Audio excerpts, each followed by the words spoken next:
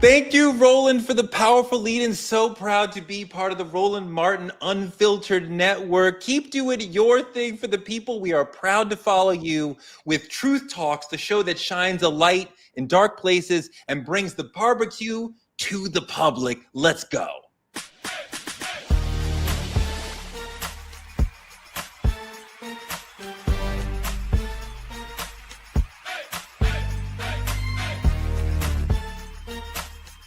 Are y'all ready to roll? Let's go.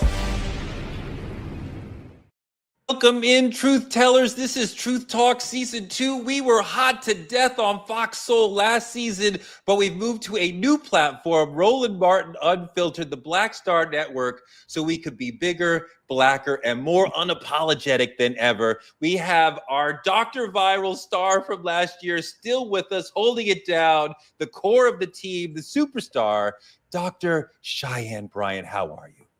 Thank you, Torre. What's up, Truth Tellers? You heard my brother Torre. We were the #1 show on Fox Soul first season, and we are definitely about to proceed that this season. Got some hot stuff for y'all today. Can't wait for you guys to meet our new co-hosts and for y'all to hear our different perspectives on these really great trending topics. Speaking about new co-host, Dr. Sarah Fontenot was part of the show last season. Now she's an even bigger part of the show this season. Welcome to the team, Sarah. What's up? I am so happy to be here. This is for my people back home that want to take accountability. We are not playing victim to anything. We are taking our power because truth talks. Let's get it, y'all. And we have from the Loverboy podcast, Dimitri, I'm sorry, I messed up the name of your show. What is the name of your show, brother? Lost Loverboy. The Lost Loverboy podcast. I forgot because you're here. You're not lost. I'm not but Dimitri Wiley, the Lost Loverboy podcast, holding down the millennials and the old Zoomers. What's up? Hey, listen, I'm only here because my grandma told me to be, so I appreciate y'all. But this Sarah, you were part of the show last season. I was not. Can you give me a little clue on what we're trying to do this season? Yes, of course. So it's just amplifying Black voices. I personally am coming from a more conservative voice. So I know y'all about to be all up in my comments, but that's okay. I'm here for it because like I said, truth talks. And no matter what you hear, there's going to be something that you hear back in your home or in your car, wherever you may be, that you relate to. Yeah, for sure. We're 4 different people, 4 different perspectives, different generations, different political ideals. So it's going to be an argument, but we love each other. But we want to hear from you in the comments what you want us to talk about, where we're going with it. Let's get into it. Trending truths. That's how we're going to start. Story number 1. Oh, boy, y'all. The Diddy trial, the trial of the century. This is wild. And Kid Cudi was on the stand this week. He called Diddy a Marvel supervillain and described how Diddy broke into his house after Cassie told him where he lived. And Cudi is dropping Cassie off at the hotel, making sure that she's safe. And Diddy is like, I'm in your house. So he calls Diddy and he's like, are you in my house? And he's like, yes, I am here waiting. Can you imagine? Like, you're not at home and Diddy is in your house waiting for you. That's wild. And then he allegedly blew up Cudi's Porsche right after threatening to do it. So this was some of the wildest testimony that we've had thus far. Dimitri, how do you feel about this whole situation, the Kid Cudi conversation about what Diddy was doing to him, how he's trying to control him? This is Cudi leaving the courthouse after testifying. You know, for me, honestly, it's really giving Mojo Jojo or like Dr. Doofy. It's really giving evil villain, like good evil villain though. And it's funny to me because I think it alludes to how powerful these people are. But just like you see in modern movies, modern cartoons and everything, the villain always gives themselves away. Before you blow up a car, you say, I will blow up your car. Like you always giving yourself away. For me, it's actually crazy how much power this man possesses and how it can be manipulated in people's lives. And it's actually kind of scary. Dr. B, you know, part of what happened here is that I feel like Cassie looked to Cudi to try to save her. And he's literally trying to save her this evening, right? And he ends up wanting to confront Diddy physically because he's trying to save Cassie. Complicated situation when the brother is like, I'm trying to save the sister, and now I'm like in this battle with this maniac. Yeah, that's what happens. You know, they said allegedly she left and was in some hotel room and called Cudi and said, hey, come get me. And he did show up and he did come and get her. And so, you know, he was trying to do his dating or boyfriend role of trying to save her. But at the end of the day, the saving has to come from Cassie, right? She has to want, again, to figure out how to save herself, figure out how to get out of this situation. Because as you see, anyone she comes in contact with, whoever's in proximity with her, ends up being a direct, you know, effect or a direct risk and a threat from Diddy. And so it's almost like anyone involved in the situation, as we see in the court proceedings, are all a part of his power and his control. Yeah, Sarah, this is what Cassie talked about, that after this whole situation with Cudi, she went back to Diddy because in her mind, her calculus was, if I stay with him, then both of us will get hurt. But if I go back to him, then neither me nor Cudi will get hurt. Like, this is the way that she's thinking in the midst of this traumatized situation. Go, Sarah. Yeah, you know, I pity the mindset that is stuck inside of a victim, that is stuck inside of low self-worthing and to an extent a level of self-hate, right? It's crazy because two things happened when he was in Diddy's house. Did you guys know that allegedly Diddy had put the dog in the bathroom? You locked the dog up in the bathroom while you were sitting in this man's house. And I just feel like that's such a depiction of how he is. He is such a power and control freak. It's the same thing that he's done to Cassie. He put her in the bathroom. He put her in the freak offs. He put her wherever he wanted to move her. That's what he does. And he gets away with it. But with good reason, when you think about how this man literally blew up Cudi's car without, you know, when he said, you know, what are we going to do about my car? When he was testifying and Diddy said, what do you mean?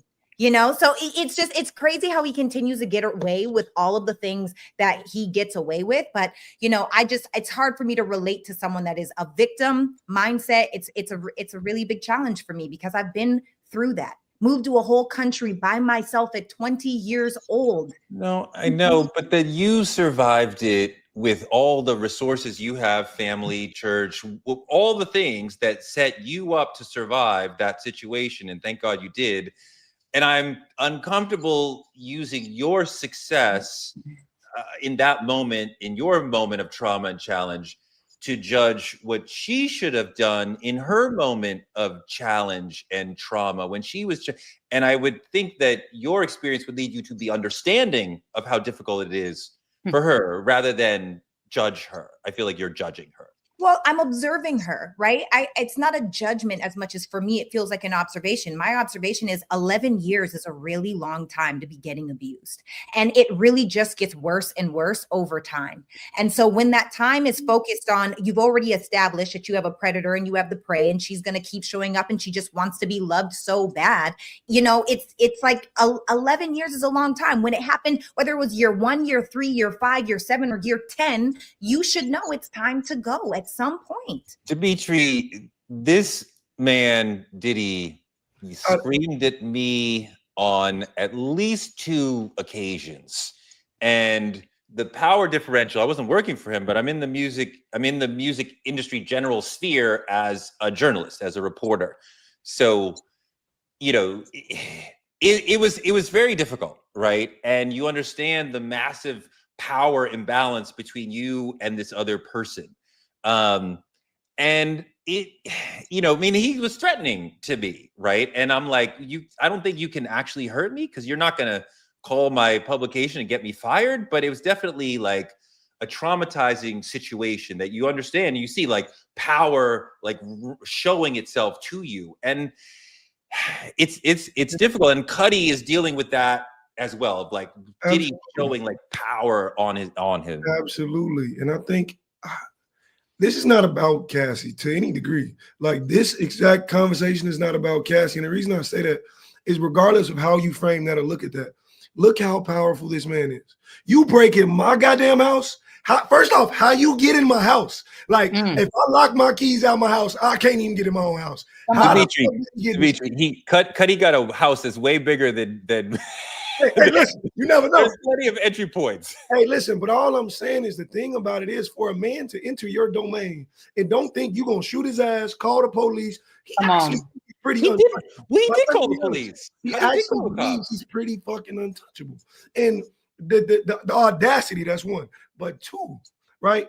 Look at Kid Cudi keeping silent for so long. He's scared. And regardless if he, like you said, he's yelled at you, and you've seen it personally. There's people living everyday lives who are afraid to talk back to their employer, who are afraid to stand up to themselves in front of who they actually work for. This man just got motherfuckers in fear. You don't even work for him. Terrifying.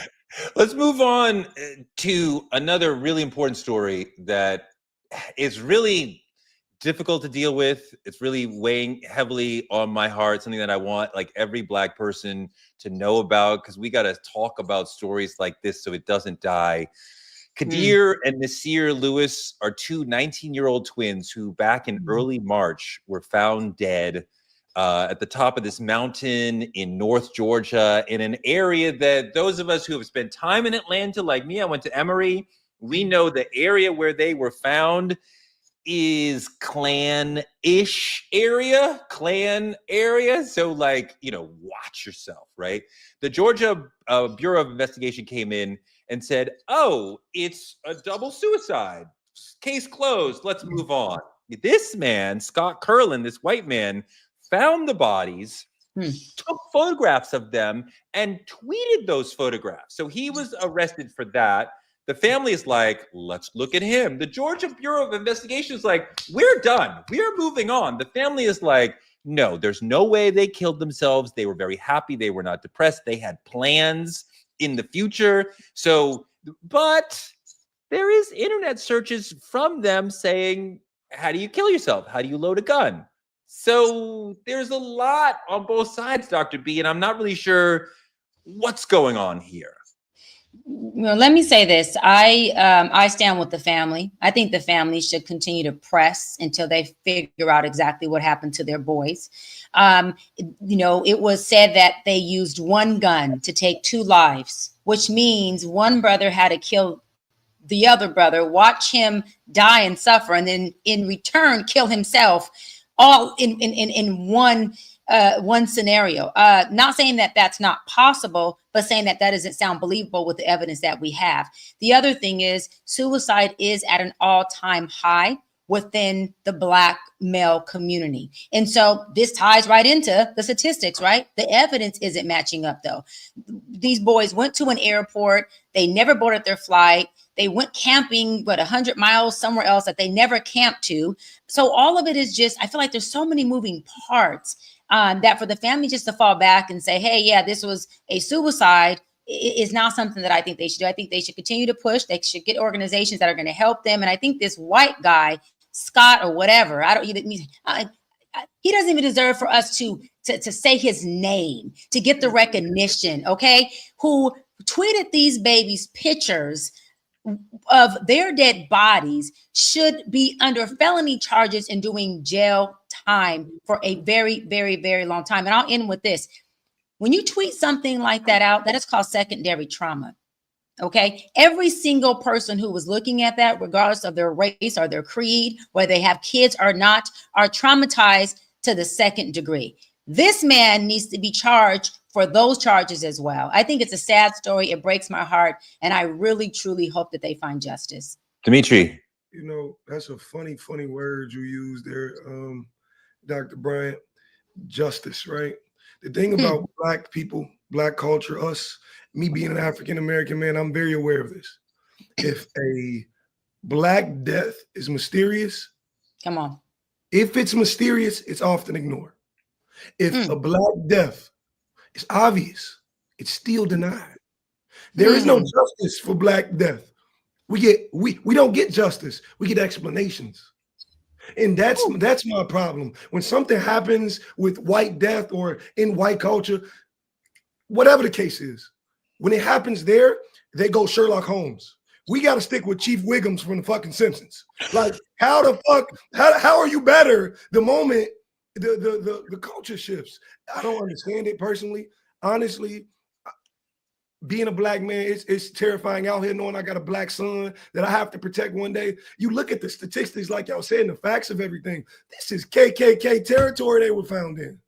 Like, let's be honest here. I'm just lost for words. Yeah, and I agree with you, Dimitri, because it feels like we don't matter yet again. Because the problem for me is this white man, Scott, is a firefighter. So you mean to tell me this is a person that's supposed to save lives? This is a person, authority figure, and he's defiling bodies like this on the internet for everyone to see? The fact that that is even in alignment with someone that's supposed to save people is absolutely absurdity. And you know, we've talked about the suicide rate and how it's been spiking over 50% from 2013 to 2019. Why? Because there's again this pushed out rhetoric and agenda that says, and these actions that show we don't matter. Like you said, Dimitri, we don't get justice. We get explanations. They're ready to close this down like this. Why? Because it's easier to give an explanation to the family. But I do have to say this because there's some weird stuff happening in this case.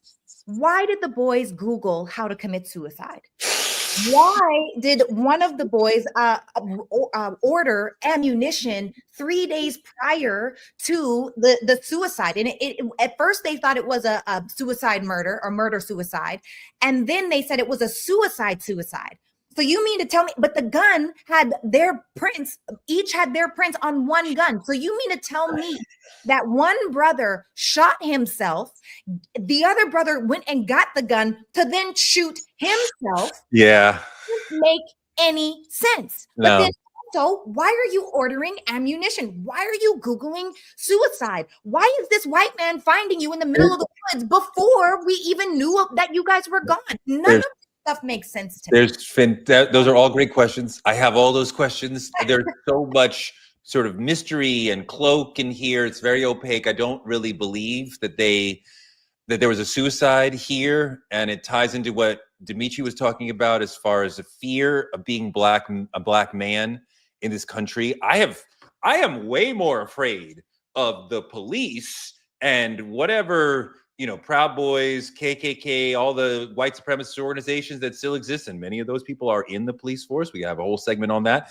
I'm more afraid of them than any criminal in this country, right? Like I feel like I am far more likely to get shot or hurt from a cop or a white civilian rather than somebody who I'm supposed to think is a black criminal, right? Like that is my real fear, right? And to sort of have my life ended or have my children's lives end out of something like this, right? Like a weirdo white people trying to come in and like take us out sort of situation, because I'm not buying the suicide thing at all. We're gonna have to keep an eye on this case because this is a lot of questions, important, young. I mean, these are two young people. These are two lives, just the beginning of their time.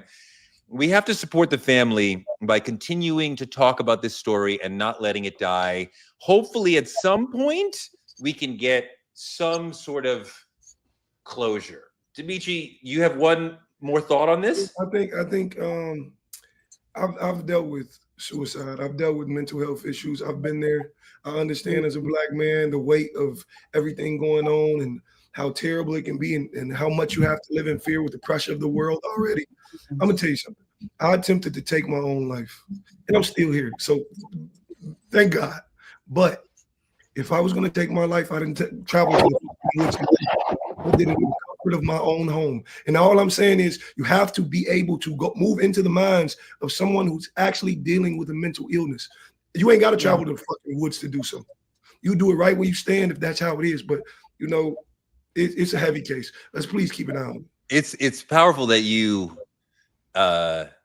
acknowledge that Yeah. you've had suicidal ideation in your life. I have had suicidal ideation moments in my life, and the place was a huge challenge because I'm like, I feel comfortable at home. I can get access to the things at home. I can do, but my God, I could never have my children and my wife walk in and he's there, and then they have to. So I would have to leave the house, and then once it's like you have to leave the house to do it.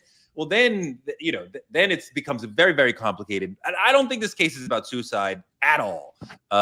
So let's keep an eye on this story as the months and years go on, because this is an important one that we have to keep an eye on this, at least for the families, to support them in that way. Yeah, wait, and hold on, Torre and Demetrius. Thank both of you as Black men for being vulnerable enough to share that with us, because that is huge, and someone's going to hear that, and I hope that they are very inspired by your boldness and your courageousness to share theirs. So I got to say thank you, because brothers don't speak up on it enough.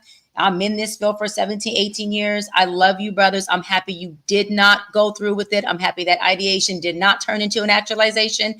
And I'm so grateful that y'all share that with me. So seriously, I love y'all. Thank you. Thank you. I mean, keep in mind, I'm sure you've seen this in your work, Dr. Bryant, that the suicidal intent is not like that person is suicidal and they'll just try and try and try. No, you have depression, and then you have moments of spike where you're like, I can't deal with it anymore. But if you can find a way to get through that day, then it goes down, and then you're back at your baseline of depression. And like, maybe you could if you can hang on, then you can get to a safer place emotionally and keep.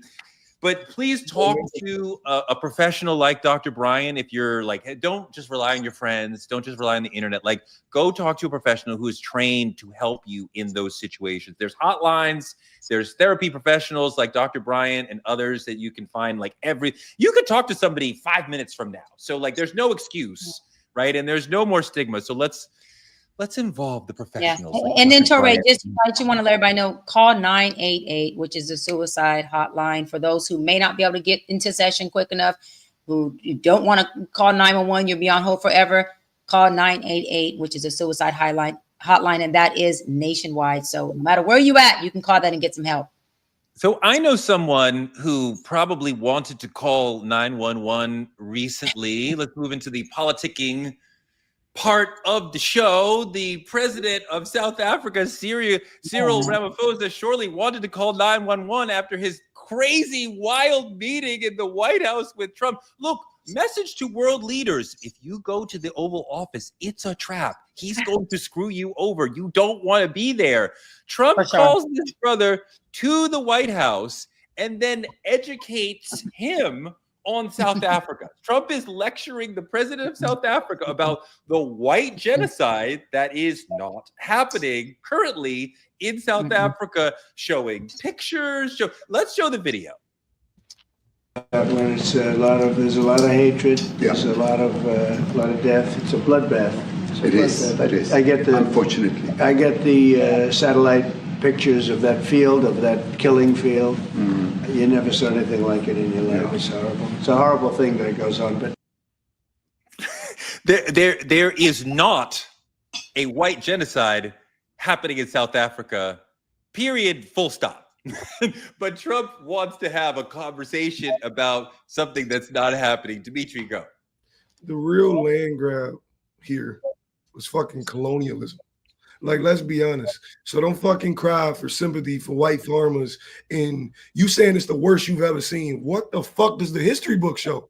Because when I was a kid in school, what I had to go through in the videos I watched, I guarantee you it was not 40. It was 40 million around this month. And it's, to me, it's a bit insane because I know exactly who this is I'm watching.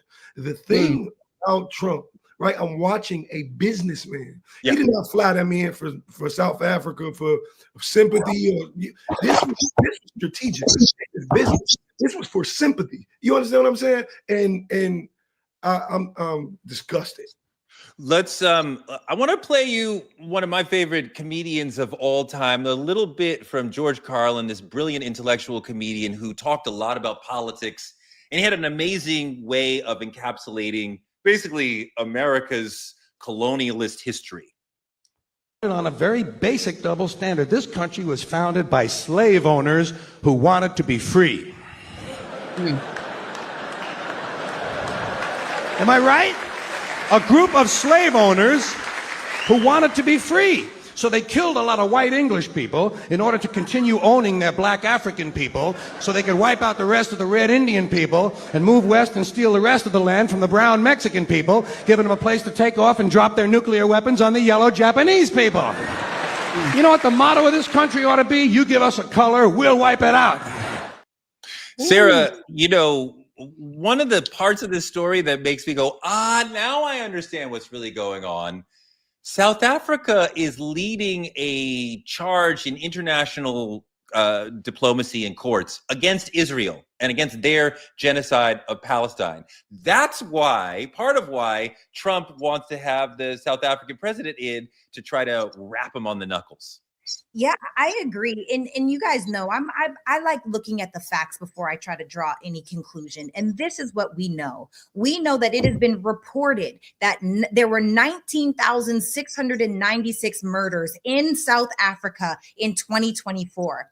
36 of them occurred on farms and only 7 farmers were victims. This man is talking about 40 something grave sites. Sir, even if we look at COVID in America, they were throwing bodies into crates that we made in the ground. What are you saying? This is the worst thing you've ever seen in your life? I just so strongly feel like people that have privilege never want to admit that they do, because now they're freaking the slide of the hand. But this is really and truly blatant racism. This goes back to the story that we don't matter. Why is he so focused on white farmers? Why is it not just farmers?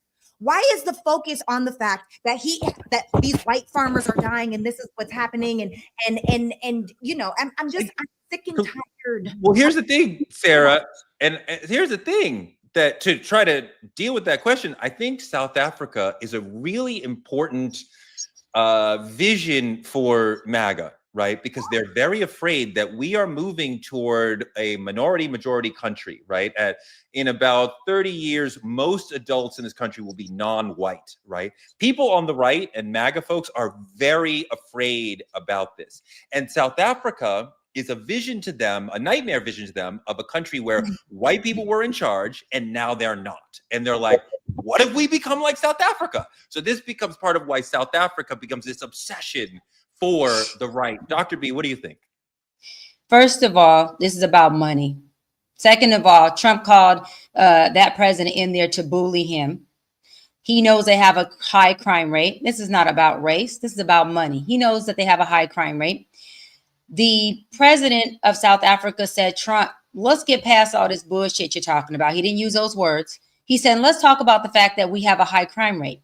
So we need to use Elon Musk's Starlink because we need video surveillance so that we can see the crime that we have, so we can create more public safety and we can dissipate the crime that's in our country.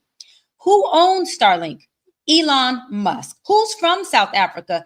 Elon Musk. Who is actually running the country? And Donald Trump is just a spokesperson. Elon Musk. This is all tied to that. Second thing is, what they're trying to do is, because I've been to South Africa, in order to own a business as a white person in South Africa, an actual native African Black person has to own 51% of that business or you can't own it. They're doing that so that they can even out from what the apartheid did, which was take away the equity and equality of Black people having any ownership or having any type of wealth in that country. They don't like that. Elon Musk is saying that that is reverse racism on white people. So all of this is just a money move to say, okay, we're going to put this South African president in the White House. I'm going to bully him. And then I'm going to have him tell me pretty much, listen, we need this Starlink system so we can have surveillance of what our country's doing. Let me go a little further. Guess what surveillance gives into, y'all? Torre, Dimitri, Authoritarianism. Authoritarianism. Come on, Torre. What does surveillance give them? It gives them insight, direct insight on what's going on. They can watch every fucking thing from anywhere they are. Wait a minute. Elon Musk has access to what?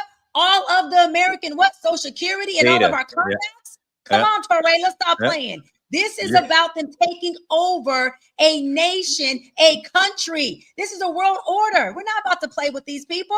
Trump don't care about any of that stuff he talked about people dying or white genocides. He wants to show that the crime rate is crazy. And one last thing in our land, when you can show the world that the crime rate being high is affecting white people, guess what?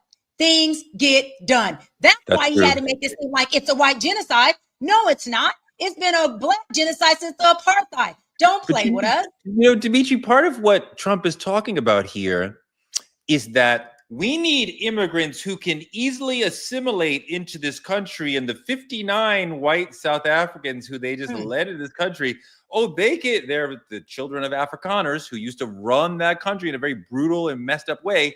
Oh, they will have an easy time assimilating, which this is such an incredibly racist notion of like, let's let in the white people, but we can't let in the brown people because they can't assimilate. It doesn't even relate at all to American history or culture. Go ahead. You know, the thing about it is, I think that's the thing about racism. It never has to relate. It never has to connect to anything. How the fuck are you talking about somebody who stole some land on stolen land yourself? How the fuck are we talking about any of that going on without acknowledging the building you're fucking sitting in? South Africa ain't been on Trump mind since ever. You understand what I'm saying? It's never been a conversation until it was beneficiary, until the businessman in him kicked in so he can see a pivot for the United States. And my thing about it is this, and I'm going to say it, I'm going to be honest, this is truly how I feel. I don't give a fuck about the 40. I don't give a fuck about the 60, however many people it was.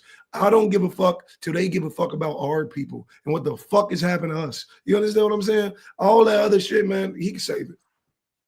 Let's get into this another day because this is a big, huge topic. Immigration is really complex, and this particular part of it is really important. This story brings in Trump's inability to discern fact from fiction, how he keeps saying, taking a myth that somebody tells him and believing it's fact and then acting on it, as well as white victimhood, as well as white privilege. So it connects like all these major themes that we keep seeing over and over with Trump.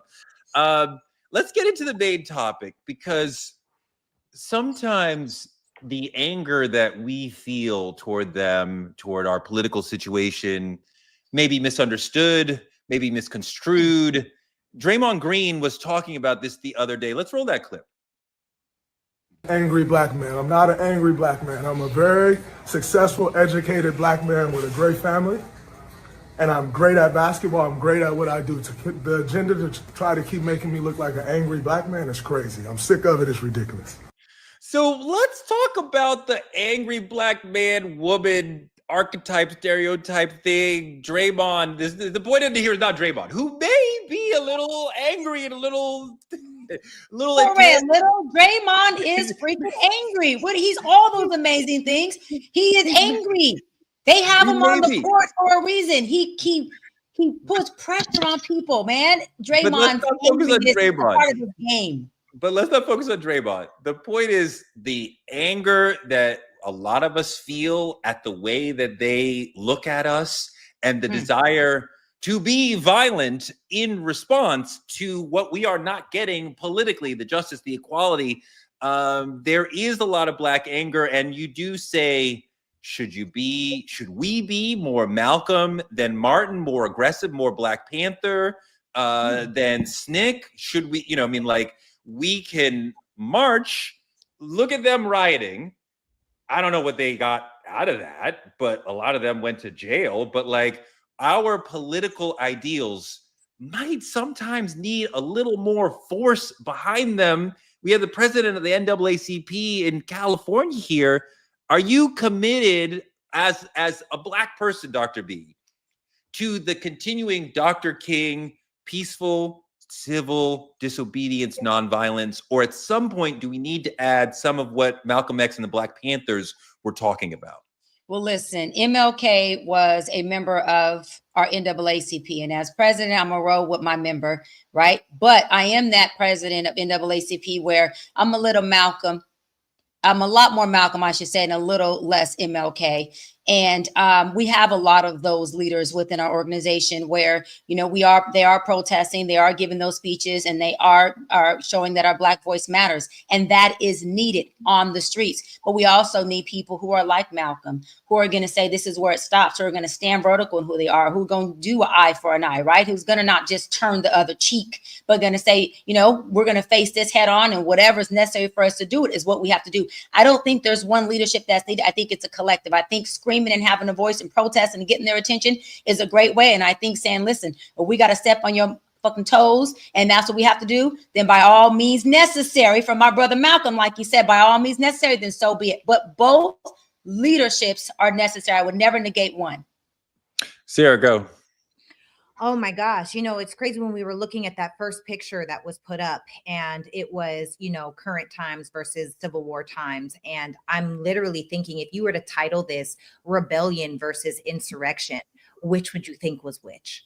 Because the truth is, every time that we start to speak up for ourselves, when we do choose to get angry, when we do have a passionate feeling because our people are being disrespected, we're not being loved, we're trying to enforce the fact that we matter, they call us rebellious. They say that we have a civil disobedience, right?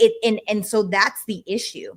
I think that we as a Black people, though, get to do a much better job of stop being so emotional and reactionary, because emotions are temporary. So if I am outraged and I am angry, yes, that is fuel, and that's great. But if you guys have noticed, statistically speaking, and throughout the past, we always run out of steam. We run out of steam because we're not focused on an actual action plan. We're not disciplined to carry something out. We don't come together as a people to make things better. What we do is we're angry. We say that we're angry. We're loud. We're passionate. And then what do? They give us a little bit of media, and then that pacifies us. They give us a little bit of media, and then we forget that we were angry. And we have to do a much better job of committing to the differences that need to happen. Now, I'm not saying that we shouldn't be angry. I'm just saying be angry with a plan. What is the actual plan of action?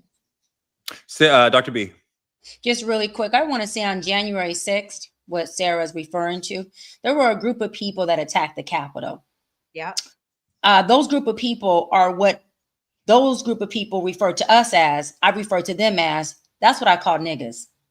Those were niggas attacking a Capitol right here in this video. On the left, you got niggas attacking the Capitol. On the right, you have leaders of all races, of all creeds, of all ages who are marching and protesting for issues, legislation, concerns, and change and justice. Two totally different people. And so when they say niggas, I look at them niggas who are attacking the Capitol, who should have been criminalized for these acts, who our current president has what? Pardoned many of those niggas. So that's how I look at it. I don't look at niggas being a race. I look at it as folks who are doing ignorant acts, crimes, such as the ones we just seen in that photo.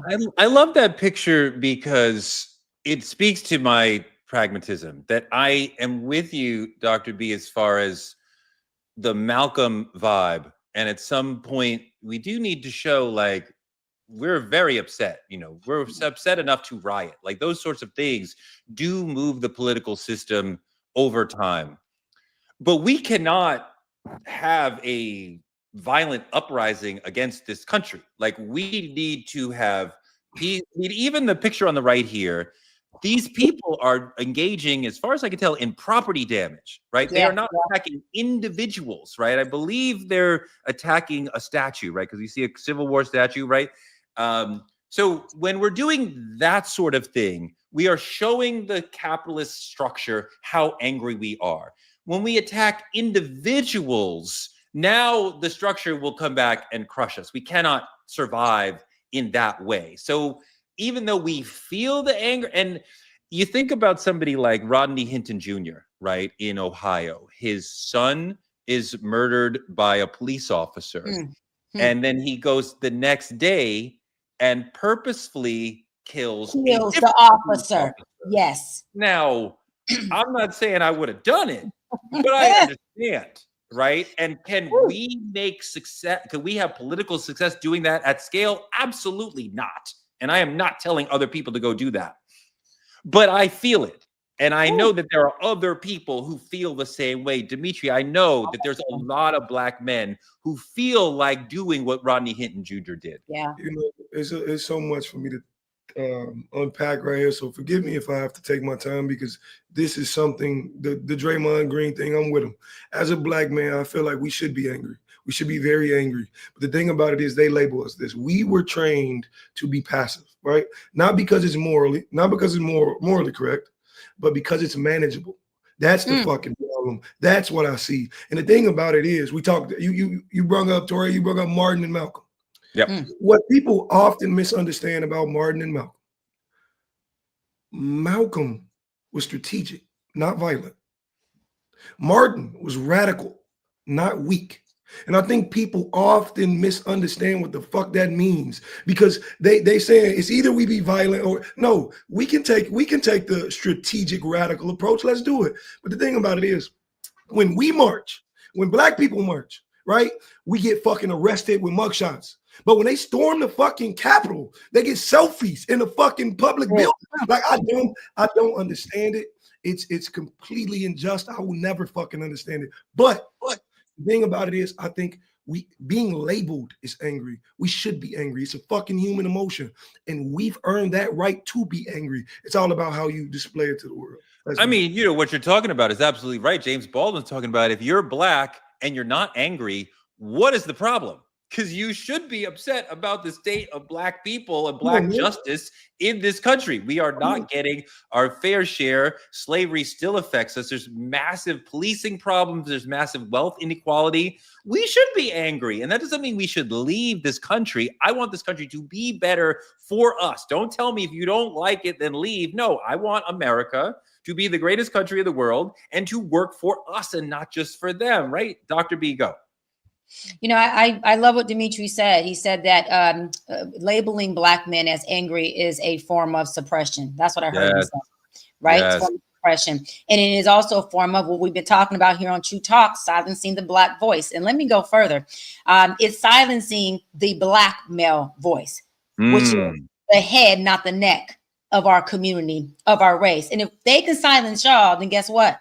They feel they can silence us. And when they don't silence the black women, what does that do? It makes us pass y'all up, proceed y'all in every way that we have, because they are choosing to use you guys' natural way of feeling as a way to weaponize it against you, so that when you are having emotions, they want you to do the opposite of angry and go to the place that's super, super vulnerable and soft. And what that has done is, and I'm probably going to have a huge unapologetic opinion about this, and I don't care. What it has done is it has softened a lot of our black men. It has made our black men feel like they can't stand vertical in who they are. It has made our black men feel like they can't have a voice in their house, a voice in their relationship, a voice as parents. And let me go further. They don't even talk about y'all asses at the presidential debate. They don't care about your diabetes. They don't care about your prostate cancer. They don't care about the black on black crime. They talk about the black woman dying 3 times more when giving birth than a white woman. They never mention the black man. And let me say one more thing.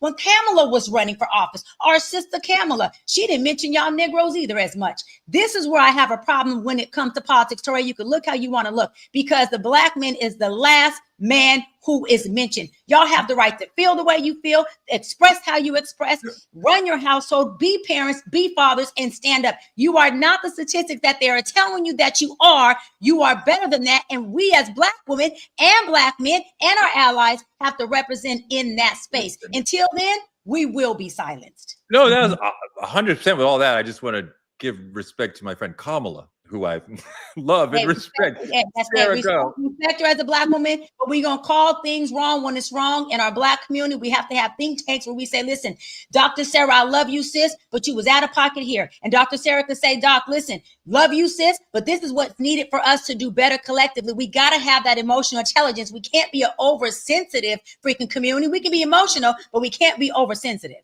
100%. Let's listen to Draymond Green again. Angry black man. I'm not an angry black man. I'm a very successful, educated black man.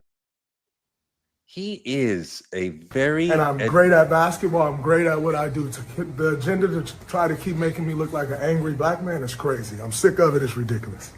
You know, you do have to worry constantly, Sarah, as a Black man or woman in society, in mixed society, right? It doesn't come up when we're just with us, but like when we're interacting with them, the least little tone, the least little face, the least little aggressiveness, and you're that, right? And sometimes you're not even, they don't even say it. You just think it, you know that they might think that. So you're dealing with stereotype threat as far as not trying to, it's a very complicated thing that's going on inside us. Yes.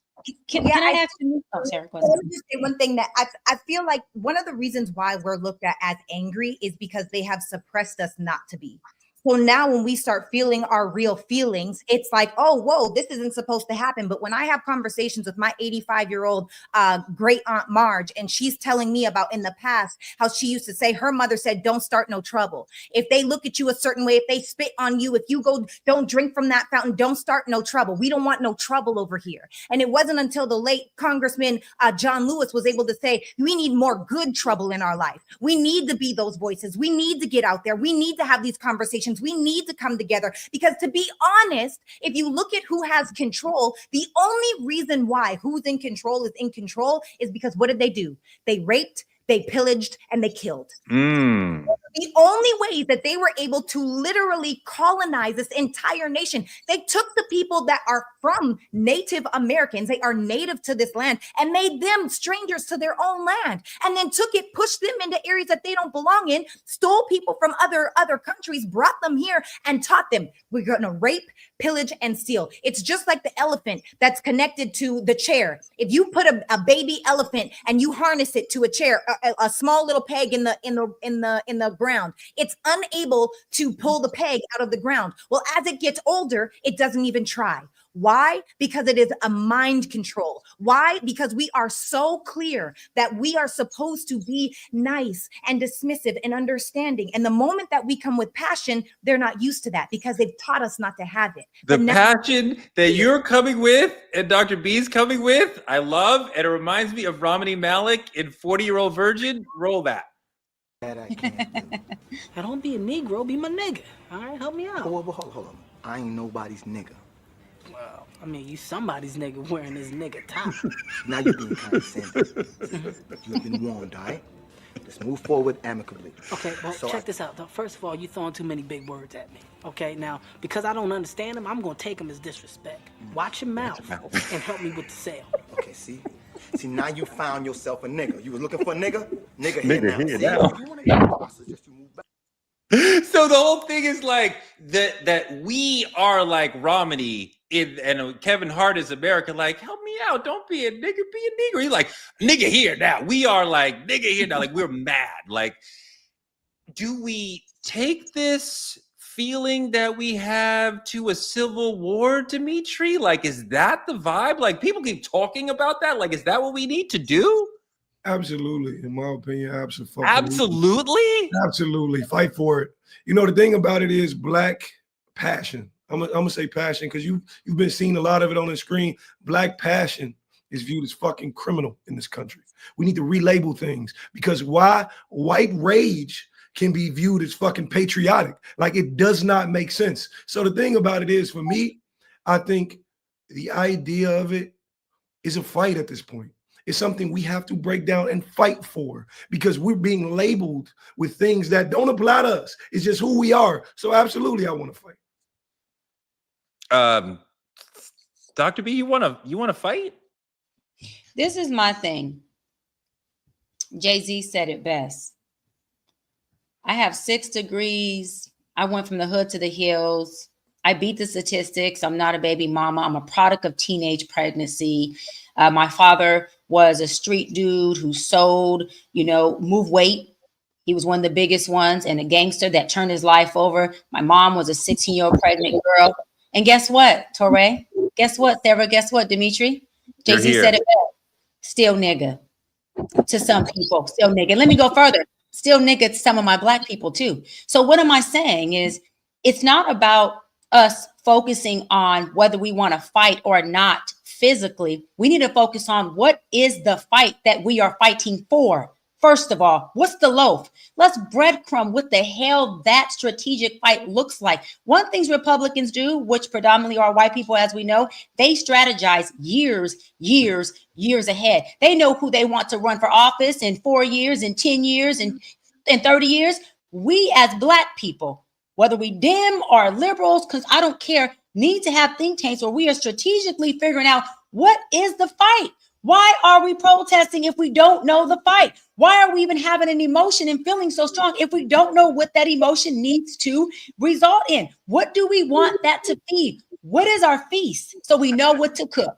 You know, Dimitri, I think that she makes an excellent point that I'm not sure what issue is so passionate and central to a wide swath of Black people, multiple classes, Atlanta, New York, LA, Oakland, that would everybody's going to work, you know, like when it was the civil rights movement, the Black Power movement, the issues were clearer to us. So it was easier to get a large group of Black people to say, I will sacrifice my body, potentially my health and safety to march here, to the issues now are much more complicated. I don't know that you could that you could get a group of people to coalesce to where they're risking their bodies for.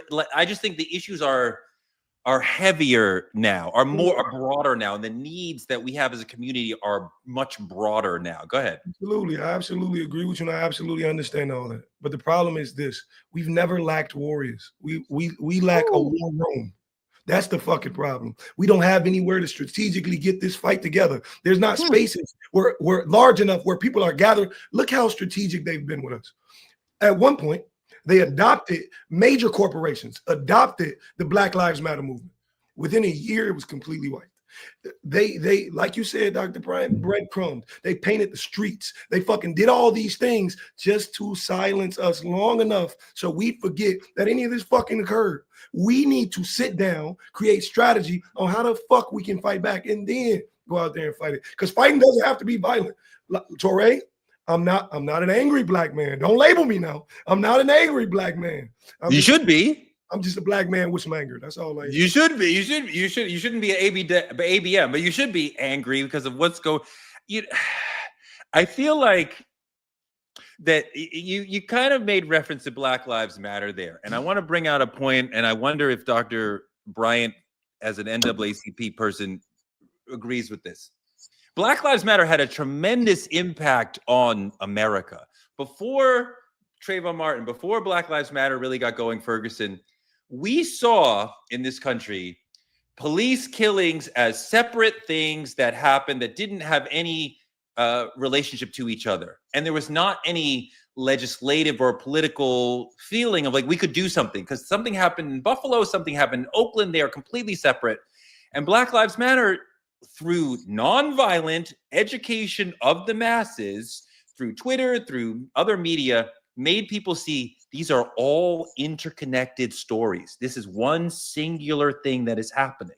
And we can have things like body cameras and consent decrees and other ways of reshaping policing, not changing what Black people do, but changing what the police do to have better outcomes. It's not perfect, but we made the media and the country understand this is one story. So they had a massive impact. They can't save every Black person who's on the wrong end of a police gun, but we did have a massive impact, a massive change on America from Black Lives Matter. Dr. B. I want to say this really quick, because Dimitri, you said, as you continued, some really good points, Ray, you just did too as well.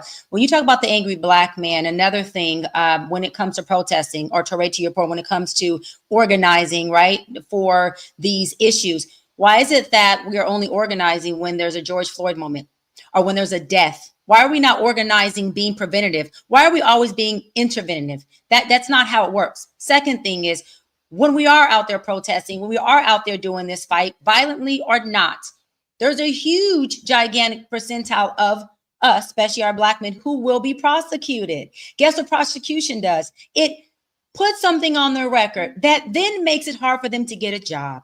Then what does that do? That messes them up socioeconomically to where they cannot take care of their family. So now they not only become to the outside world, but to the woman, a nothing ass man who can't provide because he ended up being prosecuted for fighting for something he wanted. NAACP made a pact with the LA Police Department that said, while we're protesting back in George Floyd, because I put together the very first march where the police law enforcement marched and protested against their own people when George Floyd fought. I had every political elected official out here. I had the chief of police marching in the front lines with us for the first time in history. But we made sure we made a pact. We told them this: you cannot arrest not one person. You cannot arrest not one person, especially not a Black person, because that is systemic racism. The second thing that happens is what happens? We end up being folks who are out here trying to figure out, okay, when we're organizing, Black Lives Matter, NAACP, 2 separate civil rights organizations, but they shouldn't be separate by cause. They shouldn't be separate by fight. They can be separate by title. They can be separate by name. I want to give Black Lives Matter their props for a second. NAACP, we sit with the police, we sit with the police staff, we sit with law enforcement, we chastise them, we have conversations, we create policy, we create legislation. Let me tell you something Black Lives Matter won't do. They're not sitting with law enforcement. They ain't sitting with no police or chief. They said this: we want no parts of them. What am I saying? Both leaderships are necessary. Black Lives Matter is making a large splash when they were on the streets, and NAACP is systemically, internally creating legislation, and we are creating policies that can work for us. So all I'm getting to is that, yes, Touré, yes, Dimitri, yes, Sarah, we have to organize, we have to be preventative, but we also have to make sure we are having conversations with these lawmakers so our brothers, our sisters don't end up in a worse position fighting for a good fight and having to then do a whole 360 in reverse uno and fight for their life and fight for the social economic status because they can't go nowhere after they fought a good fucking fight. It's unfair. Dimitri, if we're going to do a civil war, what do you want it to look like? I want it to be, the thing about it is I can't even put peaceful in the conversation. I want it to be strategic. I want it to be organized.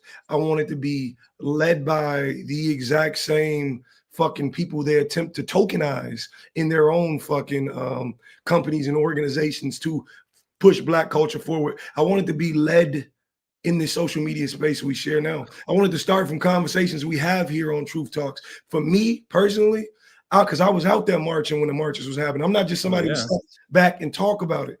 To me personally, I think it's done best when it's strategic, organized, and thought out. And that's exactly why we need a war room to do so. Before we ever deploy for a war, we sit and we say how we're going to do it. That's exactly what needs to happen. Sarah. I couldn't agree more, and I'm so happy, Dimitri, that you clarified the aspect of being strategic and that it doesn't necessarily mean a fight. Because on January 6th, they were shooting those men with rubber bullets. We don't get shot with rubber bullets. We get shot with lead bullets. And if we are out here going out trying to make all of these changes, it's really easy if we're all in one place to take us all down one at a time. And so for me, civil war, strategic civil war means getting our economy together. It means coming together as one, identifying, like Dr. B said, you've got to identify what is the next step, like where are we even at and where is it that we want to go so we can reverse engineer that thing. We need to have our voices heard, like Truth Talks. We need this platform. We need to be able to amplify the voices of the different Black experience so we can actually all see we're not that much different. Even if we came from completely different circumstances, at the end of the day, most of us are still treated the same when we get pulled over by the police. And we have to know that it's not until we're able to come together. That's how the best way to win is to create economy.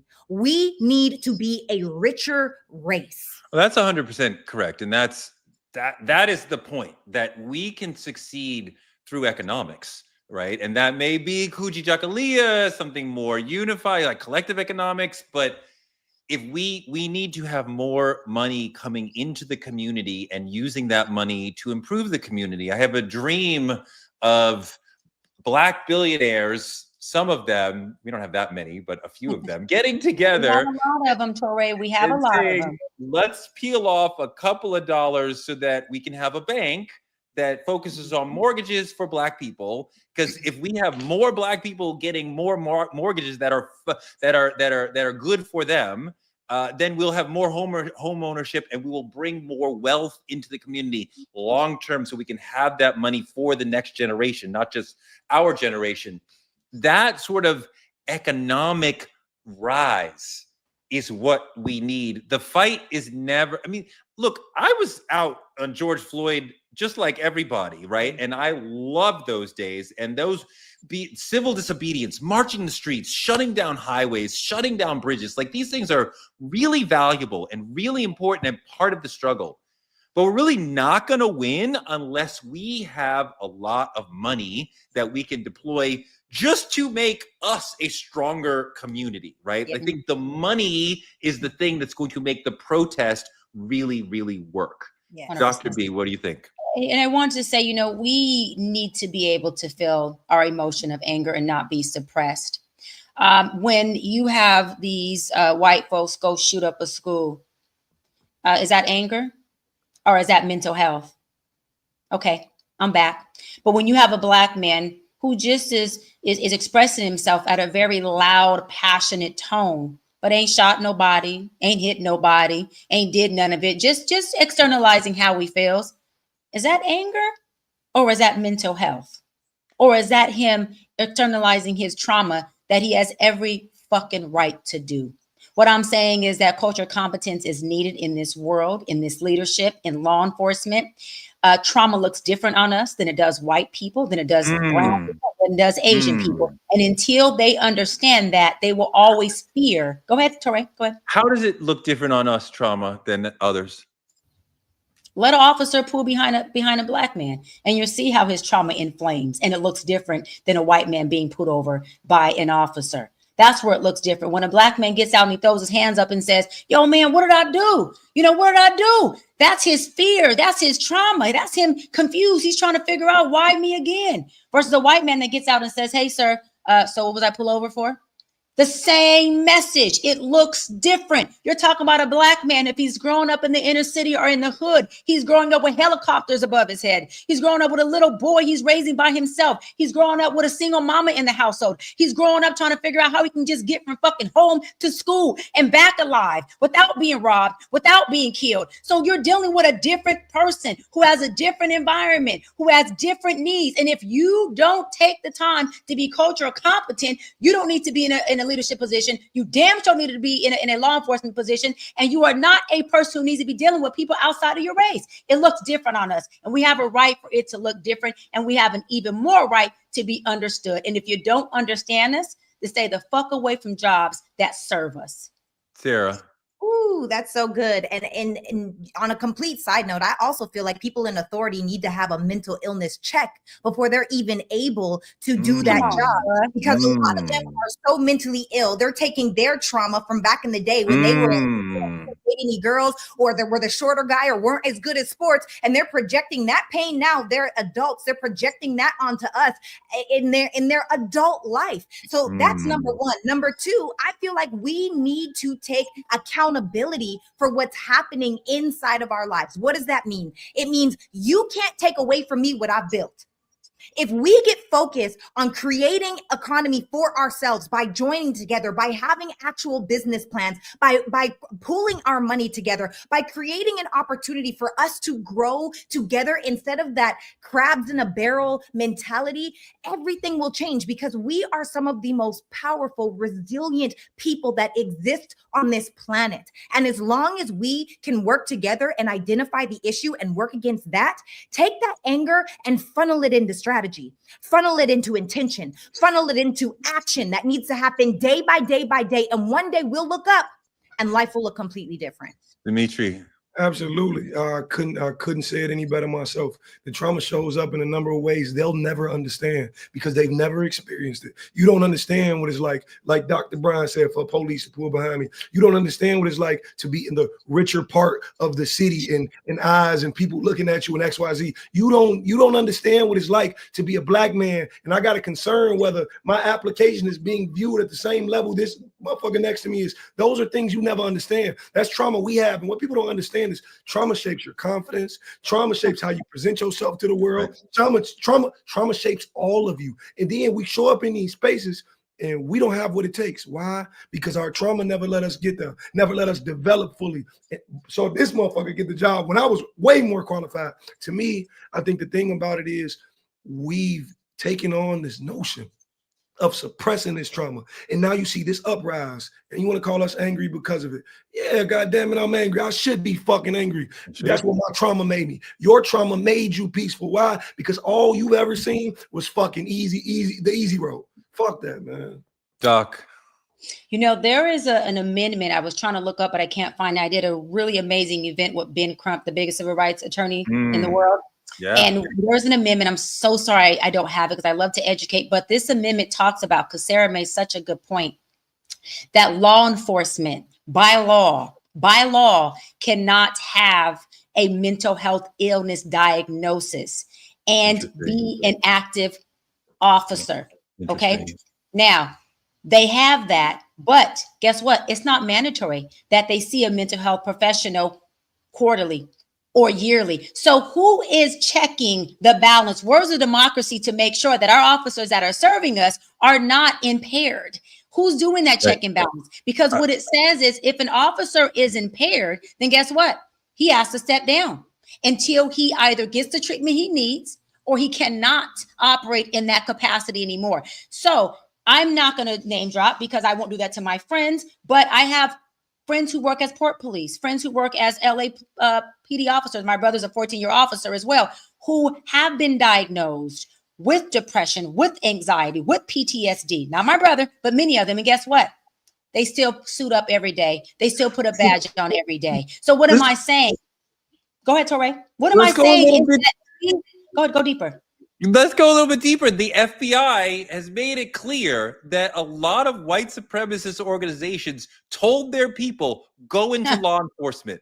So the next time you get pulled over, that officer in blue might be in the Klan. He might be in the Proud Boys. They were very purposeful and intentional, saying we need to maintain our power. And the way we do that is sending brothers into law enforcement. Like that, and we don't even know, like you're talking about with the mental health, we don't know. We don't even know because we can't quantify who's in the Klan. You don't put that on your resume, right? That's why we don't know, Torre, because it's not in the bylaws. It's in the amendments, the Constitution. But if it's not in the law enforcement bylaws, then guess what? They don't have to follow them. So we as NAACP are fighting to change up and take out some of those bylaws and put in bylaws that work for people that look like us. Because if the bylaws don't say you have to be mentally impaired, then guess what? Y'all got me pissed off. She'll keep going anyway. Love the passion. The fire is here. Are you an angry black woman? Is all about. You know, hold on. Let me say this. Dimitri asked a good question. He said, "Am I an angry black woman?" Let me say this, Dimitri.